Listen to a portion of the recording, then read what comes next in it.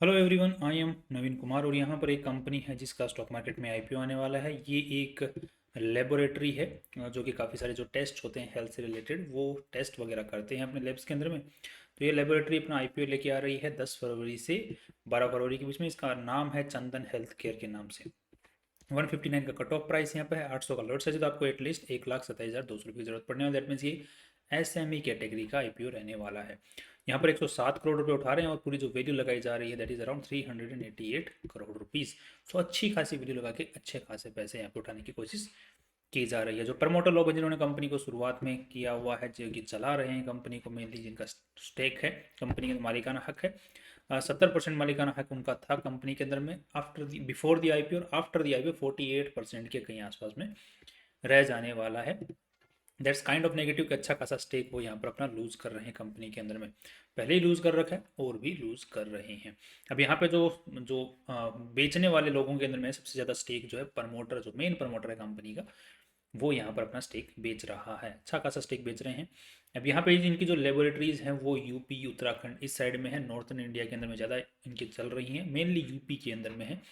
अब ये इनकी लेबोरेटरीज़ हैं वो कलेक्शन सेंटर्स बहुत सारे बने हुए, वहाँ से सेंटर से कलेक्ट किया, जो कि जो भी टेस्ट करना है उस चीज़ को, ब्लड सैंपल लिया या फिर कोई और सैंपल लिया, फिर उसको सेंट्रल लेबोरेटरी में लेके आते हैं, वहाँ पे टेस्टिंग होती है, रिपोर्ट चली जाती है। तो ये तरीका है। या फिर एक मास्टर लेबोरेटरी बनी हुई है, वहाँ पर भी वॉक इन करके करवा सकते हैं अपना इलाज। तो ये कुछ तरीके हैं जिनके थ्रू ये लेबोरेटरीज़ को फंक्शन करवाते हैं। अभी आज के दिन ये 1500 के आसपास में टेस्ट अपने यहाँ पर लेबोरेटरीज़ के अंदर में करते हैं। अब नेक्स्ट अगर देख लेते हैं कि कंपनी जो पैसे उठा रही है, जो कंपनी के पास में जा रहे हैं, एक तो कंपनी के प्रमोटर्स के पास में पैसे जा रहे हैं, एक कंपनी के जो इन्वेस्टर्स हैं उनके पास में जा रहे हैं, उनको उनकी जेब में जा रहे हैं। बाकी जो कंपनी के पास में पैसे जा रहे हैं दैट इज अराउंड लगभग 70 करोड़ रुपया जो कंपनी के पास में जा रहा है, उनको क्या काम में लेने वाले। तो यहाँ पर ये बोलेंगे हम लोग diagnostic centre, central reference laboratory और ये जो है अलग अलग जगह पे खोलना चाह रहे हैं। अयोध्या में भी एक खोलना चाह रहे हैं। नेक्स्ट अब देख लेते हैं कंपनी की आरएसपी को रीड करते हुए कि आज के दिन किस तरीके से फंक्शन करे। तो यहाँ पर आप लोग देख पाएंगे प्रमोटर एंड प्रमोटर ग्रुप और या फिर जो इन्वेस्टर्स सेल कर रहे हैं उनकी स्टेक, यहाँ पर कितना स्टेक सेल कर रहे हैं, कितना उन्होंने इनिशियली कितने पर खरीदा था, दोनों की इन्फॉर्मेशन आप यहाँ पे देख पाएंगे। यहाँ पर कंपनी के जो प्रमोटर लिस्ट है उसके आप लोग यहाँ पे नाम देख पाएंगे। कंपनी पे केसेस वगैरह कुछ खास हैं तो सही, ठीक ठाक है, बिकॉज जिस सेगमेंट के अंदर में कंपनी काम करती है वहाँ पर काफ़ी सारे नाखुश कस्टमर भी रह सकते हैं। बिकॉज ये जो सैंपल कलेक्शन और बाद में टेस्ट करके देना है, इसमें काफ़ी सारी खामियां कई बार आ जाती हैं, जिनकी वजह से जो पेशेंट होता है उसको गलत परिणाम का भी फैसला देखने को मिल जाता है। दैट इज़ जैसे कि कोई टेस्ट करवाने आया तो उसको गलत टेस्ट या रिपोर्ट निकल के आ गई, तो उसके उस पर फिर डॉक्टर रिकमेंड कर देता है कोई दूसरी दवाई, और फिर जब पता चलता है तो कहीं और रिपोर्ट अगर दूसरी टेस्ट करवाते हैं कि ये तो कुछ था ही नहीं, ये रिपोर्ट ही गलत है, पूरी फर्जी रिपोर्ट है, या फिर टेस्टिंग में कहीं गलती रह गई, मशीन के द्वारा कोई गलती होगी। There are so many places जो मतलब पॉइंट्स हैं जहाँ पे गलतियाँ हो सकती हैं। तो उस वजह से काफ़ी सारे जो नाखुश कस्टमर्स हैं उन्होंने केस यहाँ पर कर रखे हैं, जिनको आप लोग इनकी जो लिटिगेशन वाला जो सेगमेंट है आरएचपी के उसमें पढ़ पाएंगे। यहाँ पर नाखुश कस्टमर्स हैं, कई बार ऐसा होता है, कई एम्प्लॉय जो होते हैं वो भी छोड़ के चले जाते हैं, तो वो भी केस कर देते हैं कि मेरा कंपनसेशन रोक लिए। तो ये कुछ मटेरियल सिविल लिटिगेशन के 8 केसेस यहाँ पर देखने को मिल रहे हैं। इससे ज़्यादा भी केसेस हैं, बट 8 केसेस के अंदर में जो पैसा इन्वॉल्व है वो लगभग 20, 30, 5, 7 लाख रुपए इस टाइप से इंक्लूडेड है। बाकी 1, 2 लाख, 10,000, 15,000 इस टाइप के भी 10-15 केसेस और लगे हुए हैं इनके ऊपर में। तो टोटल जो पैसा इन्वॉल्व है वो 66 लाख रुपए इन्वॉल्व है इस चीज़ में। नेक्स्ट अब देख लेते हैं टैक्स से रिलेटेड भी 1,94 लाख रुपए की इनके ऊपर में लिटिगेशन चल रहे हैं, और कुछ खास यहाँ पर देखने को नहीं मिलता। कंपनी की अगर हम हिस्ट्री की बात करें, 2003 में ये कंपनी खुली हुई है और उसके बाद में ये कुछ माइलस्टोन्स इन्होंने टच किए थे शुरुआत में, बाद में अभी तो इनके काफ़ी अच्छे खासे सेंटर्स खुल चुके हैं।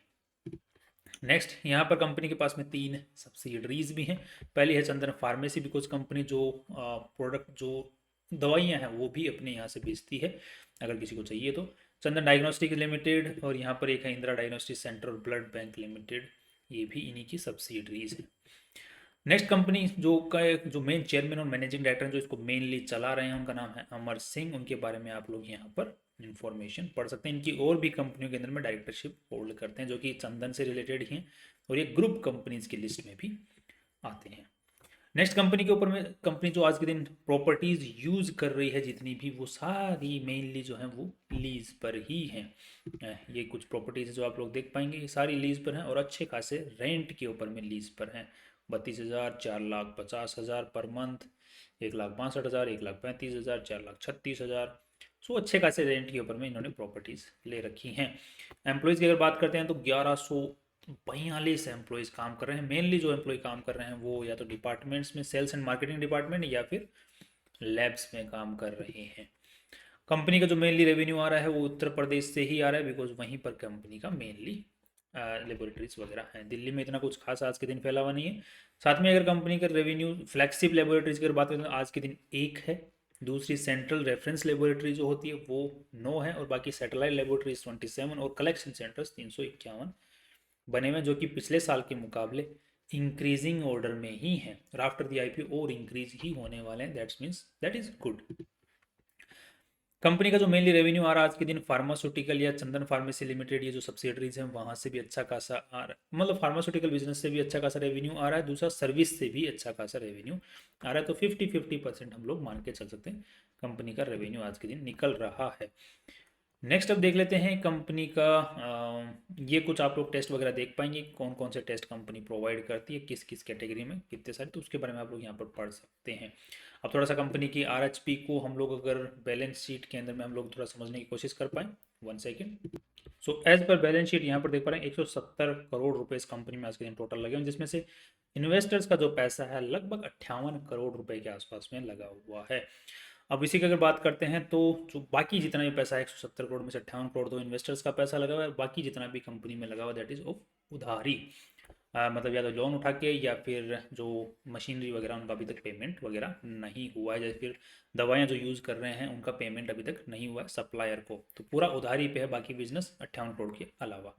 अभी जो पूरे टोटल पैसे हैं वो कहाँ कहाँ लगे हुए हैं, तो प्रॉपर्टी प्लांट एंड इक्विपमेंट में 64 करोड़ रुपए आज के दिन लगे हुए हैं। जैसे मशीनरी हो गया, बिल्डिंग बनाने का हो गया, लेबोरेटरी कंस्ट्रक्ट करने का काम हो गया, वो मतलब पूरा का पूरा लेबोरेटरी को बनाने का जो जितना भी पैसा लगा हुआ है property plant and equipment 64 crore रुपया लगा हुआ है। बाकी 31 करोड़ रुपए का सामान पड़ा हुआ है। इन्वेंट्री, सैंपल्स कलेक्ट करने वाले हो गए, दवाइयाँ हो गई, इस टाइप के जो हो गए ग्लव्स वगैरह, इन्वेंट्री पड़ी हुई है। 39 करोड़ रुपीज़ का कंपनी का ऊपर में ट्रेड रिसीवेबल्स भी है, अच्छा खासा ट्रेड रिसीवेबल यहाँ पर देखने को मिल रहा है। वो भी लेबोरेटरी काइंड ऑफ थिंग के अंदर में जहाँ पर मेनली जनरल पब्लिक आती है वहाँ पर ट्रेड रिसीवेबल इतना बड़ा रहना एक kind of very negative point. 10 crore रुपया जो है वो कैश बैलेंस भी कंपनी के पास में पड़ा हुआ है। सो एक ये जो सेगमेंट है ये काफ़ी नेगेटिव मुझे नज़र आ रहा है, बट ये काफ़ी टाइम से चलता ही आ रहा है। सो आई एम होपिंग कि कंपनी किस टाइप से जो काम कर रही है, आई थोड़ा यहाँ पर नेगेटिव सेंस बन रही है। नेक्स्ट अब देख लेते हैं थोड़ा सा कैश फ्लो स्टेटमेंट के बारे में। तो कैश फ्लो स्टेटमेंट में कुछ यहाँ पर खास दिक्कतें नज़र नहीं आ रही हैं। यहाँ पर कैश कंपनी हर साल जनरेट कर पा रही है, पैसा अटकने के बावजूद भी, ट्रेड रिसीवेबल बने रहने के बावजूद भी company is maintaining good operating cash flow. यहाँ पर 25 करोड़ के कैश फ्लो को देख के ज़्यादा खुश होने की ज़रूरत नहीं है, बिकॉज ये पॉजिटिव सेंस में पॉजिटिव नहीं है। बट यहाँ पर हम 2 करोड़ रुपए के आसपास में पॉजिटिव हम लोग मान सकते हैं, 2-3 करोड़ रुपए का पॉजिटिव है। स्टिल वी कैन थिंक कि हाँ कंपनी कुछ कैश तो हाथ में आ ही रहा है। रेवेन्यू बढ़ रहा है, दैट्स गुड। यहाँ पर कैश फ्लो के अंदर में ट्रेड रिसीवेबल्स भी बढ़ते जा रहे हैं, that's again kind of negative, but still कुछ ना कुछ तो कैश आ रहा है। नेक्स्ट अब देख लेते हैं कंपनी का यहाँ पर रेवेन्यू स्ट्रक्चर। तो रेवेन्यू स्ट्रक्चर 119 करोड़, 119 करोड़ से 136 करोड़ बढ़ा, 2024 के अंदर में 180 करोड़ पहुंचा दिया। So there is kind of very good increase, more than 30%, 40% का इंक्रीज यहाँ पर देखने को मिल रहा है रेवेन्यू के अंदर में। It's good. एंड यहाँ पर अगेन जो है इस बार 9 महीनों के अंदर में 170 करोड़ को टच करने वाले हैं। तो इस साल उम्मीद करते हैं कि इनसे लगभग 200 250 करोड़ के आसपास का रेवेन्यू टच कर सकते हैं। नेट प्रॉफिट्स की बात करते हैं तो they are generating a very good net profits, 3 crore, यहाँ पर सीधे 16 करोड़, और यहाँ पर इस साल जो है 9 महीने में 16 करोड़ हो गए। तो इस साल हम उम्मीद करते हैं 20 करोड़ तो ऑन एन एवरेज टच कर ही लेना चाहिए। सो लेट्स सी कि ये किस तरीके से जो बाकी जो कंपनियां उनके साथ में compete कर पाते हैं कमाई के मुकाबले में, उसको भी एक बार कंपेयर करके देख लेते हैं। So revenue structure is good despite just one thing that is concerning to me over here, that is trade receivable. उसको अंडर कंट्रोल लेना पड़ेगा टू द कंपनी। बाकी everything seems fine and good. अब देख लेते हैं थोड़ा सा हम लोग कंपैरिजन। उसके लिए हमें पी और पीबी रेशियो निकालने पड़ेंगे। तो यहाँ पर 20 करोड़ के हिसाब से हम निकालने वाले, बिकॉज इस साल 20 करोड़ तो कमा ही लेना चाहिए, और वैल्यू जो लगाई जा रही है दैट इज अराउंड 400 करोड़ की। तो लगभग हम लोग 19-20 का पी रेशियो यहाँ पे निकल के आ रहा है, जिसको अगर हम लोग कंपेयर करते हैं विजया डायग्नोस्टिक सेंटर्स तो 88 का पी रेशियो, इसके मेट्रोपोलिक के साथ में करते हैं तो 61 का। एंड बाकी जो अगर दूसरी जो इसी हेल्थ केयर सेगमेंट में काम करते हैं, जो कि हॉस्पिटल्स वगैरह जो हैं वो जांच वगैरह तो लेबोरेटरीज उनके पास में है ही, बाकी उस पूरे हेल्थ केयर सेगमेंट के साथ में अगर करते हैं तो इंडस्ट्री पी 60 का है।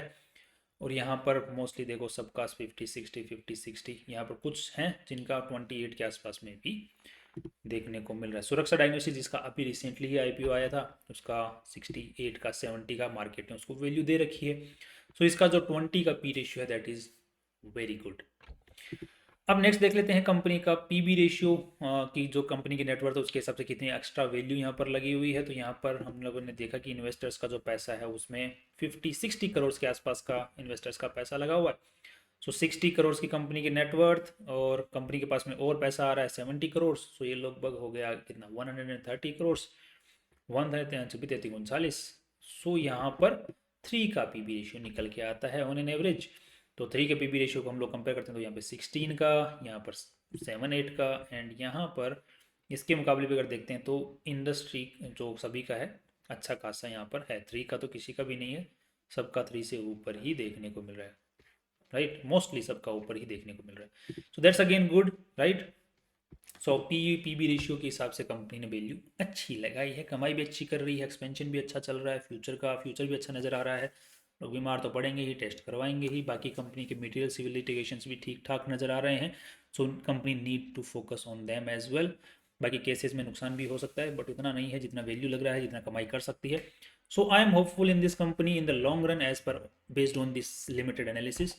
एंड अब हवा की बात करते हैं, अगर लिस्टिंग गेन की अगर थोड़ी सी बात कर लेते हैं, शॉर्ट टर्म लॉन्ग टर्म की बाद में बात करते हैं, तो यहाँ पे हवा मुझे लगता है इसकी अच्छी बननी चाहिए। तो मोर देन अगर 70% यहाँ पर आपको लिस्टिंग गेन दिखता है तो आई थिंक बननी चाहिए इसकी हवा। आई am hopeful here.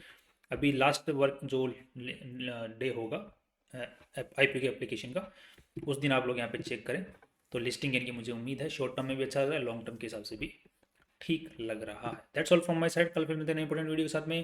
Finally see you tomorrow. बाकी आपको भी डिसीजन लें पॉजिटिव नेगेटिव में फाइनेंशियल जैसे पूछ के और रिसर्च करके लें, because it's your hard and money after all. See you tomorrow.